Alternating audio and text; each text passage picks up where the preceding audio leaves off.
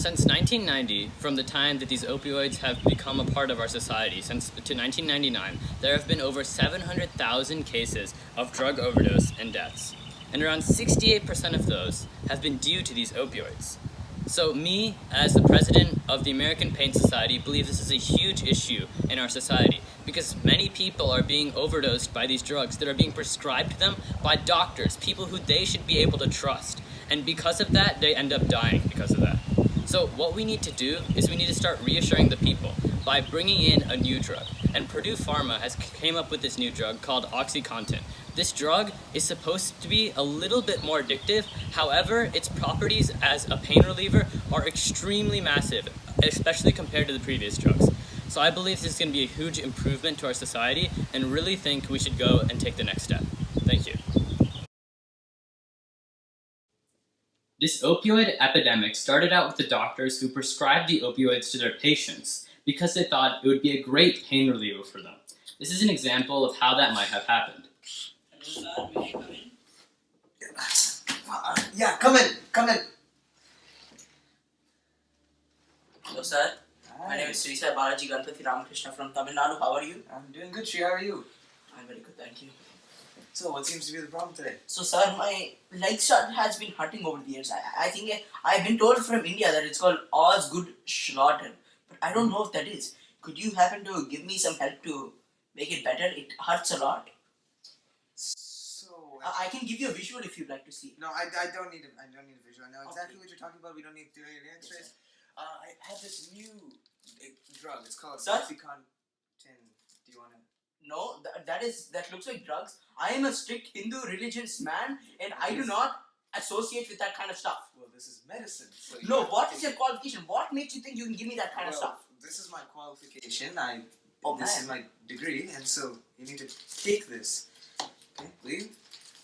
Okay, I will say. Okay, and because of your big bone structure and the fact that you've been exponentially increasing in area, mass, diameter, and circumference in the past 6 months, you're gonna have to take one tablespoon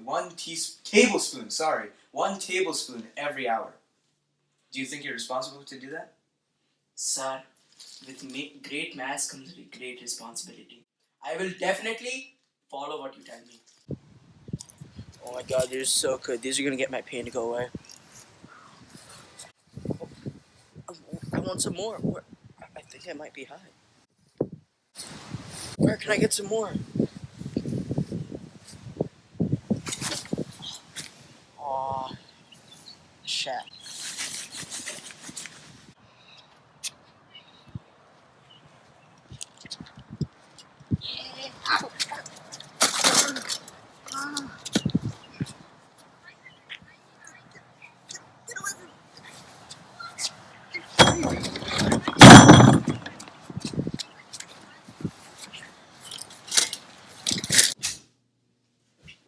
Sir.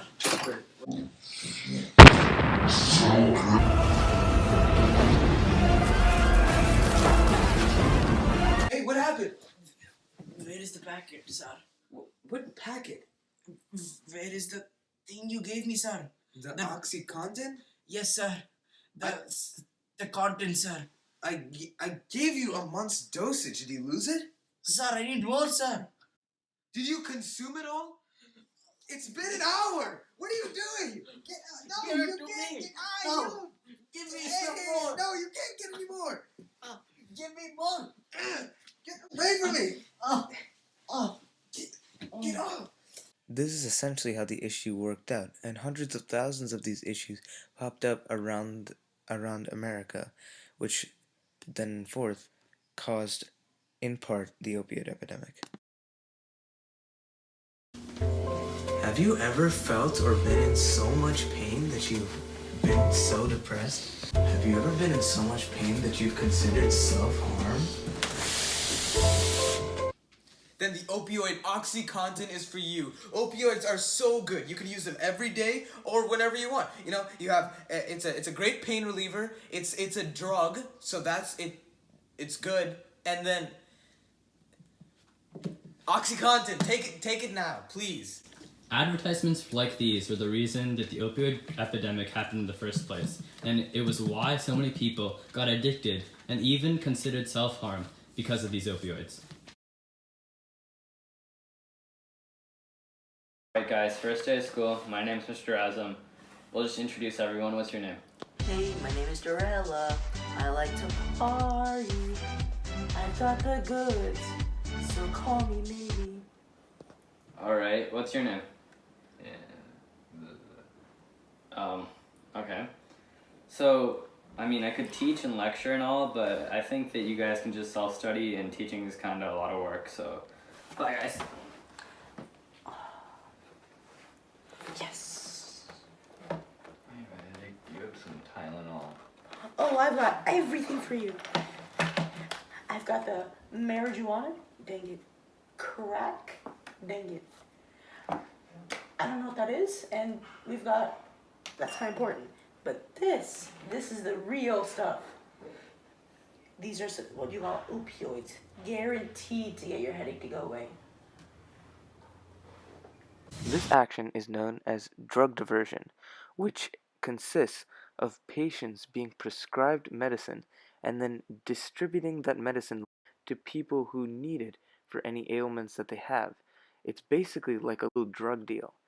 This action is severely harmful and in some parts has been one of the leading factors in the opioid epidemic because more people have been exposed to opioids and therefore have been addicted.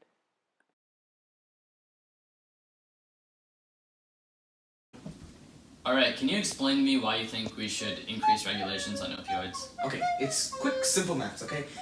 If they keep making opioids, right, these drug companies, and then they give it to pharmacies, and the pharmacies give it to the doctors, and then they're just like, oh, you want this? Or they don't give it to the doctors, they tell you to go to the doctor and get it out. But like, here's the thing, they keep making more every year, and the doctors, they don't know how to sanction it off These properly. doctors have been trained for 14 years, okay? I think they know how Every to doctor's sanction it been off. trained for the- no, Yeah, no. I think they know how to sanction it off properly. Really don't. They How know do who to give it people to. die That's such a every conservative year viewpoint. from Trust opioid? me. Like, Okay? you don't know what you're doing.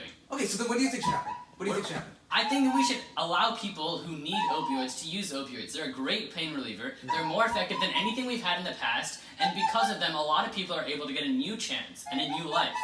But then they keep giving it to other people, and then they're just like, oh, they have smoke parties, they all have opioid parties every day. That's not what's They're going in the on here. basement, they're going like, You can't just assume that every single person who gets opioids is a drug addict. no, you're lying. That's actually You not are true. an You idiot. are an idiot. You Okay. have no idea what Your you're saying. idea. That doesn't make any sense. You are such a You're imbecile. actually mega retarded. Actually, shut up. What do you think you're doing?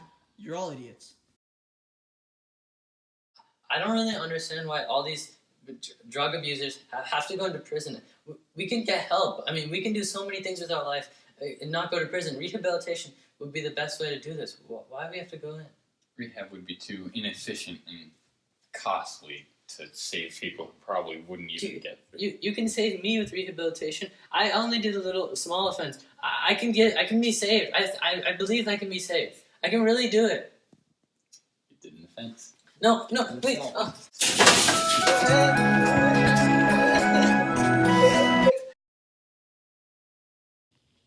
The opioid crisis is currently one of the largest epidemics in our American society, and the steps that both the conservatives and liberals take are seemingly extreme and ineffective on their own.